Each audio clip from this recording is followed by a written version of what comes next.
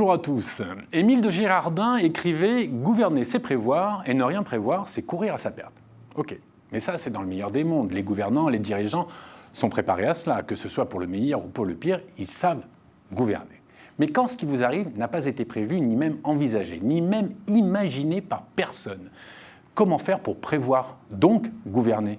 Sachant que, comme disait Émile, rien prévoir, c'est courir à sa perte. Alors, rassurez-vous, je ne suis pas en train de vous annoncer la fin du monde. Non. Je voulais juste mettre l'accent sur la difficulté, la mission quasi impossible pour les dirigeants, quels qu'ils soient, de la petite PME au directeur d'école, sans même parler des politiques. La difficulté, donc, de prévoir, d'anticiper dans la période actuelle. Et je ne parle pas que de la gestion du Covid. Aujourd'hui, n'importe quelle annonce, déclaration est analysée, commentée, critiquée. Chacun a sa vérité sur tout et tout le monde. La faute à qui ? Aux politiques qui font des promesses impossibles à tenir ? Aux réseaux sociaux et leur lot de fake news ? À nous, citoyens, qui n'acceptons d'entendre que ce qui nous concerne et nous convient ? Mais est-ce que nous ne sommes pas en train de vivre une nouvelle ère où la parole et les promesses ne suffiront plus, où les discours consensuels et la langue de bois ne seront plus admis ?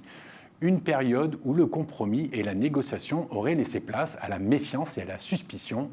Une période où seuls les actes concrets comptent. Et encore. Eh bien, c'est de ça dont nous allons parler avec mon invité maintenant. Jean-Baptiste Canivet, bonjour. Bonjour. Vous êtes le cofondateur de l'agence SCDG qui accompagne la communication des gouvernants, comme le Barreau de Paris, la Massif, la Fédération hospitalière de France, je crois, et puis aussi des candidats aux municipales. Et je suis très heureux que vous ayez accepté notre invitation parce que j'ai une première question toute simple par rapport à ce que je viens de dire en préambule. Comment faire actuellement, dans la situation actuelle, comment faire pour pouvoir concevoir un message, une prise de parole qui soit audible et qui soit acceptée, qui soit entendue par une audience ? Qu'est-ce que vous leur apprenez en premier ? À mentir ? Non, au contraire, plutôt à dire la vérité avec humilité. Mais la vérité, laquelle ? La leur ou celle que nous, on a envie d'entendre ? La vérité, parce qu'on considère qu'il n'y en a qu'une seule de vérité, c'est ce qui est. Après, la question, c'est la façon de le dire, le moment de le dire, les canaux utilisés pour le dire. Là, vous le donnez dans l'ordre ? C'est-à-dire, le plus important, c'est la façon de le dire, le moment pour le dire. C'est quoi le plus important ? Le plus important, c'est le moment pour le dire. Le moment pour le dire. C'est-à-dire qu'il faut, sur chaque stratégie de communication, dont l'objet est justement de pouvoir diffuser une information pour qu'elle soit la mieux retenue, la mieux comprise possible, sans manipulation, il faut créer un planning de communication pour diffuser les messages. Au même titre que vous, moi, n'importe qui autour de cette salle, avons un cycle de concentration qui fait qu'à un moment, il y a un pic auquel on retient mieux les choses. N'importe quel organisme, groupement humain, a aussi des cycles de perméabilité à l'information. Et c'est ça qu'il faut pouvoir prendre en cause avant de pouvoir diffuser les informations et la communication. Donc, mais ça, c'est comme je disais en préambule, ça c'est dans le meilleur des mondes. C'est quand on sait ce dont on va parler, quand on a un objectif, quand on a potentiellement une deadline, quand on a... c'est prévu, planifié, vous parliez de planning, mais quand on est dans une situation comme celle qu'on est en train de vivre, par exemple la situation du Covid, sur les 7 milliards d'habitants, personne n'avait prévu ça. Non. Comment fait-on pour pouvoir trouver des réponses quand il n'y en a pas ? Trouver des réponses quand on n'a pas, on ne les donne pas parce que, justement, par définition, il n'y a pas de réponse. Il y a des questions qu'on se pose et auxquelles des spécialistes peuvent répondre et d'autres moins spécialistes peuvent apporter de la créativité, ce qu'on appelle aussi l'intelligence collective. Donc quand on est dans des cas comme celui-ci, cette crise sanitaire exceptionnelle par son ampleur et par sa brutale arrivée, sa dimension, on se pose avec humilité, on reconnaît qu'on n'a pas toutes les réponses, on continue de communiquer pour pouvoir échanger et on accepte de tous la possibilité de construire une solution. J'entends tout à fait ce que vous êtes en train de me dire, sauf que vous êtes un professionnel de la communication, donc je comprends très bien que ça fait partie de votre mode d'emploi, de votre mode de fonctionnement, mais pourquoi le citoyen, la population, est toujours dans le doute, surtout dans des situations comme celle qu'on est en train de vivre ? Ils se disent, alors je ne veux pas être leur porte-parole, mais pourquoi ils se disent, comment peuvent-ils savoir des choses que moi je ne sais pas, au-delà du fait que ce sont des gouvernants qui ont des informations que l'on n'a pas. Mais là, le virus, personne ne le connaissait, il est apparu de nulle part, on n'a pas de référence, on n'a pas d'historique là-dessus. Pourquoi les gens ont systématiquement ce doute, cette suspicion, et remettent en cause systématiquement toutes les annonces? Pourquoi voient-ils toujours le mensonge et ont du mal à accepter certaines vérités? Mais parce que la parole publique, c'est quelquefois fracassée sur la réalité qu'elle contournait. On est en train de payer... Tout à fait. On est en train de payer des mensonges qui ont été proférés, qui ont été vérifiés. À une époque où tout est vérifiable, où le fact-checking est une science utilisée maintenant par beaucoup plus que les journaux. À une époque où on peut apprendre beaucoup plus vite, une époque où on peut voir les coulisses partout, à l'époque du Facebook, à l'époque de Twitter, de la mondialisation forcée. Les réseaux sociaux, c'est une partie, on va en parler après. D'accord. Mais juste pour confirmer ce que je suis en train de vous dire, je voudrais juste vous passer un extrait. On est allé interviewer, on a fait un micro-trottoir, on est allé poser la question à des gens près d'ici, on leur a demandé, est-ce que vous pensez que les dirigeants, quels qu'ils soient, disent la vérité ou pas? Je vous propose d'écouter et on voit ça après. Non, bah bien sûr que non.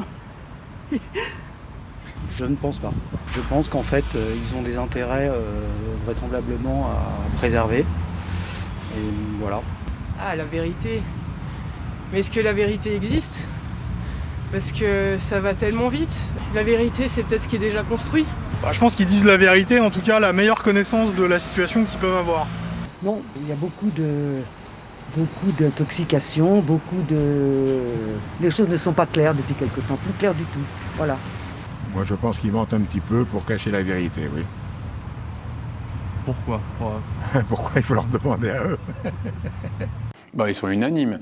Mais je voudrais juste revenir sur ce que dit à un moment, il y a une jeune femme qui dit, mais est-ce que la vérité, c'est pas ce qui existe? Est-ce que maintenant, ça revient un petit peu à ce que je disais en préambule, est-ce que maintenant, la seule vérité qui compte, c'est ce qui est constatable, que l'on peut effectivement, concrètement juger parce que c'est présent, et donc les discours, la communication, votre métier, comment vous faites? Vous avez raison, et cette jeune fille a raison, la vérité, c'est... Alors on n'est pas dans le domaine ésotérique ou philosophique où chacun porte sa vérité en soi, on est dans le domaine du concret, du réel, des actions, de programmes politiques, économiques, de stratégies, de roadmap d'entreprise.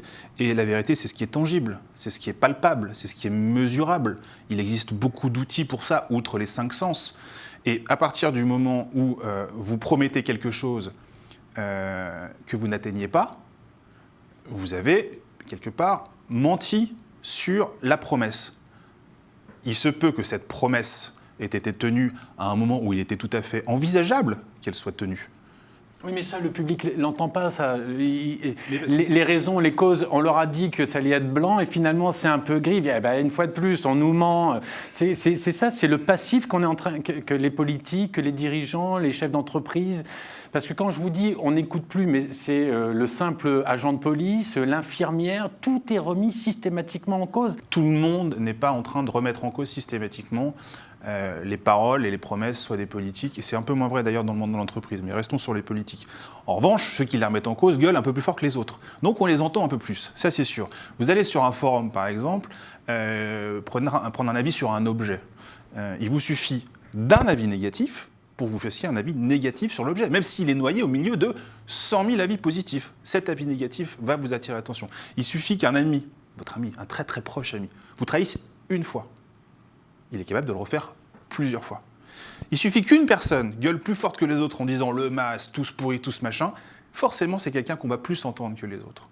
Et donc il y a une saturation de l'écoute et de l'audition par rapport à ça. Parce qu'on n'entend pas ceux qui ne remettent pas en cause toutes ces paroles politiques. Et c'est là où est le problème aujourd'hui, c'est qu'on a beaucoup de commentateurs, on a beaucoup de supports de chaînes qui laissent de la place à ces commentateurs, et on a une espèce de vague qui n'est pas seulement française, nationale. Regardez ce qui s'est passé mercredi dernier au Capitole, une espèce de vague populiste, complotiste, qui remet tout en cause, et qui à un moment va évidemment déstabiliser ce qu'ils appellent le système. Alors, justement, Là, vous êtes en train de me parler de personnes qui ne gouvernent pas. Le peuple gouverne, pas Oui. le truchement de ses élus. Mais est-ce que vous pensez qu'ils ont conscience de la difficulté de gouverner? Et justement, on retourne voir notre micro-trottoir et nos témoins. On leur a demandé s'ils considéraient que gouverner était difficile et qu'est-ce qu'ils en pensaient. On écoute leur réponse. À partir du moment où tu dois être en collectif et que tu dois composer avec l'humain, c'est pas évident de prendre des décisions. Et je pense que les grilles de lecture qu'on a, c'est peut-être tout un modèle à réinventer, en gros. Je pense qu'aujourd'hui, on arrive à une époque où on a accès en fait à toutes les connaissances. Les modèles qui sont ancrés, d'un côté, on a des formes qui vont très vite dans le numérique, très vite de l'obsolescence. Et de l'autre côté, on se rend compte que dans l'humain, on reste dans des choses très archaïques. Et on met pas du neuf en fait là-dedans. Vous êtes d'accord avec ce qu'elle dit?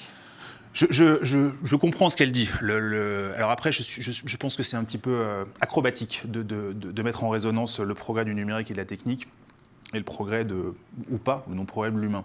Alors si cette dame parle des structures et des systèmes politiques qui structurent justement notre État et notre vie politique, effectivement, il y a des essais qui ont commencé à être faits avec cette démocratie participative, même si j'aime pas l'assemblage des deux mots, parce que toute démocratie est par essence participative, mais avec cet appel, cette intégration, cette inclusion des parties prenantes que nous sommes en tant que citoyens dans certaines parts des décisions politiques.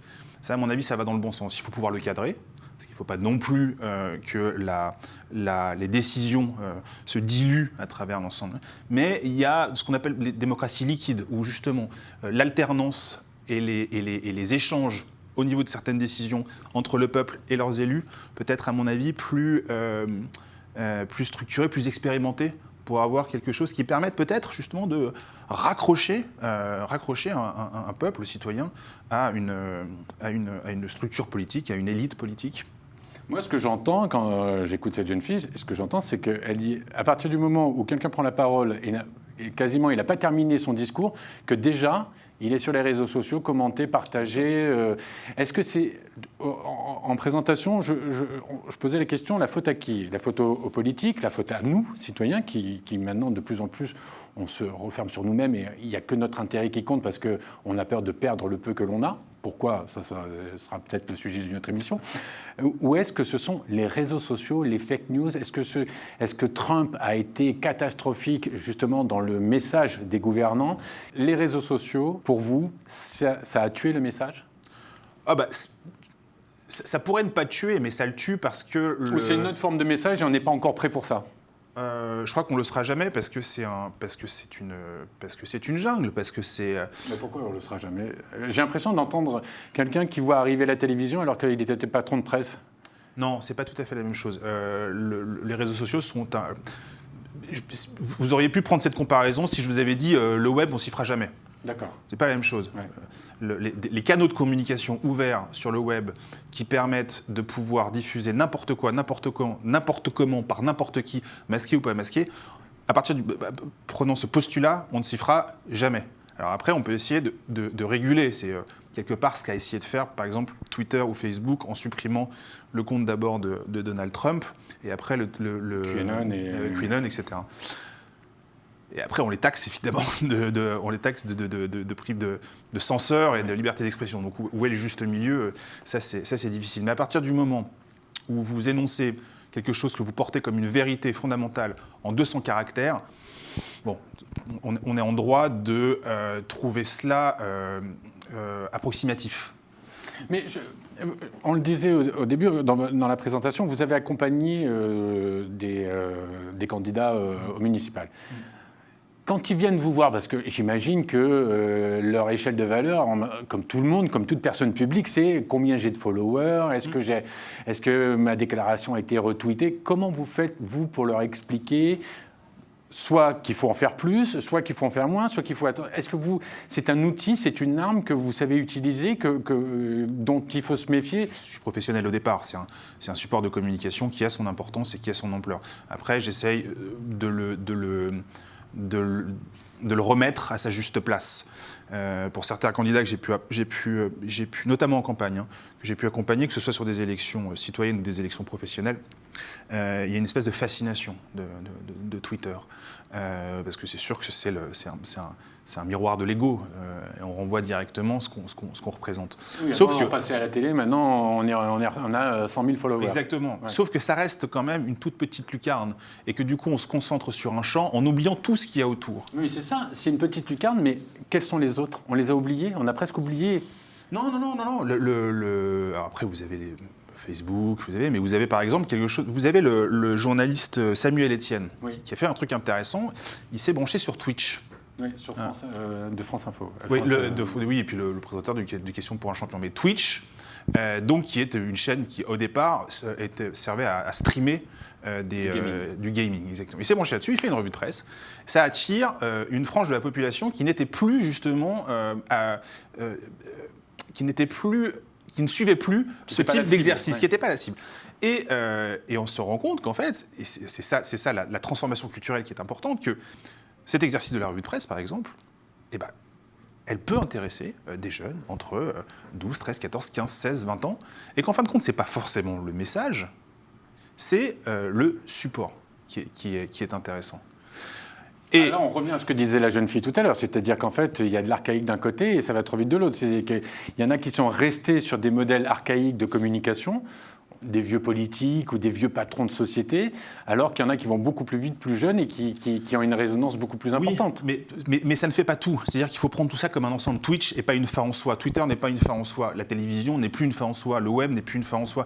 Alors qu'est-ce qui est une fin en soi? Mais l'ensemble. Et c'est ça justement le cœur de mon métier. C'est de voir tous ces supports, tous ces canaux et de dire, bon, c'est ce que je vous disais au départ par rapport au planning. Bon, celui-là, j'utilise quand, comment, où, pour qui. Celui-là, j'utilise quand, comment, où, pour qui. Celui-là, 16 000 followers, ok, on va faire attention parce que c'est plus que 1000. Là, il y en a 1 million sur YouTube, tiens, ça peut être aussi intéressant par rapport au séminaire de campagne. Ce qu'avait fait aussi Mélenchon dans la dernière campagne avec ses hologrammes. Tout ça. Il a été moqué. Il a été moqué, mais mais il a fait le buzz. Le message a porté et il a été hyper fort sur les réseaux sociaux. C'est ça, en fait, alors ça, c'est pour une campagne électorale, c'est autre chose, une stratégie de campagne. Une stratégie de communication, c'est prendre l'ensemble des supports, c'est prendre l'ensemble des contenus, de voir le message et de dire comment on fait à partir de cette masse-là, pour la raffiner, l'envoyer au bon moment, au bon endroit pour qu'elle soit bien retenue. Ce que j'entends, c'est que c'est une difficulté, de toute manière, de gouverner. C'est l'exercice le plus difficile. Immensément compliqué, que ce soit d'ailleurs la gouvernance d'une PME de 15 personnes. D'un hôpital. Je ne comparais pas avec les mandats politiques. Et je peux même vous dire d'une chaîne de télé. Et justement, on retrouve nos témoins et on leur a demandé, à votre avis, qu'est-ce qui est le plus difficile quand on gouverne? On écoute. La plus grosse difficulté, je pense que c'est d'être juste. Pas pour celui qui gouverne, mais d'être juste pour ceux qui le gouvernent. Oui, je pense qu'il est très difficile de gouverner. Les conditions, comme on peut voir aujourd'hui, sanitaires, climatiques, la population, très difficile. Je pense qu'en fait, il s'agit de prendre en compte la réelle difficulté du peuple aussi, sa souffrance notamment, et de ne pas être déconnecté de la réalité justement, puisqu'il me semble que gouverner, c'est aussi avoir conscience des besoins du peuple. Oui, je pense que c'est toujours très facile d'avoir beaucoup d'idées a priori, mais quand on est confronté à la réalité, c'est toujours plus complexe. De mieux, c'est difficile. C'est-à-dire que la tâche n'est pas facile pour eux non plus. Bon, mais je trouve qu'il y a trop d'intoxication, trop de... Tous les jours, on en rajoute. Un jour, il faut porter un masque, le lendemain, il faut en porter 2. Au début, il ne fallait pas en porter. C'est le cafouillage, voilà. Oh, j'en sais rien, moi, c'est une question, j'en sais rien. C'est très difficile parce que personne n'est jamais content. Voilà. Elle n'a pas tort, cette dame. On n'est jamais content. Elle a tout à fait raison. Ouais. Alors, là, on a vu des Parisiens, mais il se trouve que nous avons des correspondants un petit peu partout en Afrique. Et on a demandé à notre correspondant au Cameroun, Daniel Adé, d'aller voir, pareil, les habitants de Yaoundé et leur demander un petit peu quel était leur point de vue justement sur la gouvernance et les gouvernants. On écoute. Diriger un pays ou tout simplement une entreprise n'a jamais été chose aisée pour ceux qui ont eu une fois le privilège d'en faire l'expérience. Car il faut la plupart du temps composer avec les humeurs des administrés ou des subalternes. lesquels apprécient diversement l'autorité exercée sur eux. D'entrée de jeu, il faut accepter les décisions gouvernementales, il faudrait se plier bien évidemment, mais en tant que républicain, en tant que citoyen, il est permis de critiquer les décisions gouvernementales. Le gouvernement est une entité publique. L'on se doit bien évidemment de mettre en évidence les orientations qui sont données par lui, compte tenu du fait que c'est une machine qui est au-dessus des hommes que nous sommes. Se plier aux règles établies dans la cité devrait obéir à respecter certains engagements vis-à-vis des administrés. La justice doit être le maître mot. Justice à tous les niveaux de la société, en famille, socialement, en entreprise, c'est le principe cardinal qui doit gérer nos gouvernants. Pour ce consultant, l'État ou l'entreprise devrait être régi par des règles. Beaucoup de gens ne savent pas qui sont leaders. Beaucoup de gens ne savent pas qui sont les managers. Ils pensent que le management ou le leadership, c'est l'affaire des autres. Pourtant, à leur propre niveau, ils le sont déjà. La société est régie, elle est normée. Nous ne sommes pas des animaux, ce n'est pas la jungle. Il faut pourtant pour pouvoir respecter les mesures du gouvernement, mais en même temps amener le gouvernement à légiférer sur des lois qui permettent aux citoyens de pouvoir se mouvoir dans sa pleine liberté. Dans un État par exemple, l'action gouvernementale fait souvent l'objet de nombreuses critiques des administrés. Certains parmi eux affirment avoir une approche tout autre s'ils avaient un jour le pouvoir de diriger. La collaboration permanente et l'esprit de compte rendu par étape ou par échéance qu'on se fixe. Si j'étais chef d'État, je crée d'abord les emplois pour réduire le taux de chômage. Et aussi les centres de formation qui sont ici au Cameroun. Je trouverai un poste pour chacun d'entre eux. Des approches bien belles qui ont souvent du mal à se matérialiser sur le terrain. Yaoundé, Paris, même combat. Si ce n'est que... Alors, j'ai l'impression peut-être que le discours au Cameroun a l'air d'être plus audible et plus accepté qu'il ne l'est peut-être chez nous. Comment ça se fait ? Je manque de connaissances sur le système politique camerounais. C'est vrai qu'à chose qu'on peut voir, c'est que sur certains des intervenants, il y a une espèce de lucidité, de calme réalisme. Et de pragmatisme qui manque peut-être un peu chez nous. Mais pourquoi ? Parce qu'on a été trop gâtés ? Ça voudrait dire qu'ils l'ont pas été suffisamment. Ouais, après, c'est une échelle de valeur. C'est une échelle de valeur, c'est une échelle culturelle. La personne qui parle des comptes rendus réguliers à étapes, c'est rigolo, ça, parce qu'en entreprise, c'est quelque chose qui existe déjà et qui est déjà rentré dans les mœurs. C'est vrai qu'il d'un point de vue politique, ça semble un peu plus compliqué. L'avenir maintenant, pour terminer l'émission, quelles leçons va-t-on tirer, vous pensez ? Quelles leçons va-t-on tirer des 4 années de la présidence Trump avec cette possibilité de parler à la population en direct via Twitter ? J'ai envie de vous dire aucune, ça va revenir. Je ne sais pas ce que les Brésiliens vont tirer comme leçon de l'expérience Bolsonaro, je ne sais pas ce que les Américains vont tirer comme leçon de Trump. Je pense qu'au niveau de nos gouvernants ici, et ce que je conseillerais moi aux personnes que j'accompagne, les leçons à tirer de la crise qu'on est en train de vivre, c'est qu'on a besoin d'avoir de ce que je rappelais au départ, de l'humilité face aux choses qu'on ne contrôle pas, et que très rapidement, il faut mettre dans le cœur des décisions toutes les forces actives qui peuvent apporter quelque chose de créatif, de constructif, ou une expertise, avec des systèmes, des moyens, des plateformes. Il y a des plateformes qui existent aujourd'hui d'intelligence collective, Stick Pro par exemple, qui a utilisé le barreau, et qui permettent de pouvoir, selon des règles, des structures, des algorithmes, remonter de la matière et en tirer ce qui pourrait être utile. Donc avoir un échange citoyen, politique, élu, qui soit plus fluide, basé sur une confiance plus grande. Mais ça, c'est ça le vrai défi. C'est de rebâtir la confiance entre eux et nous.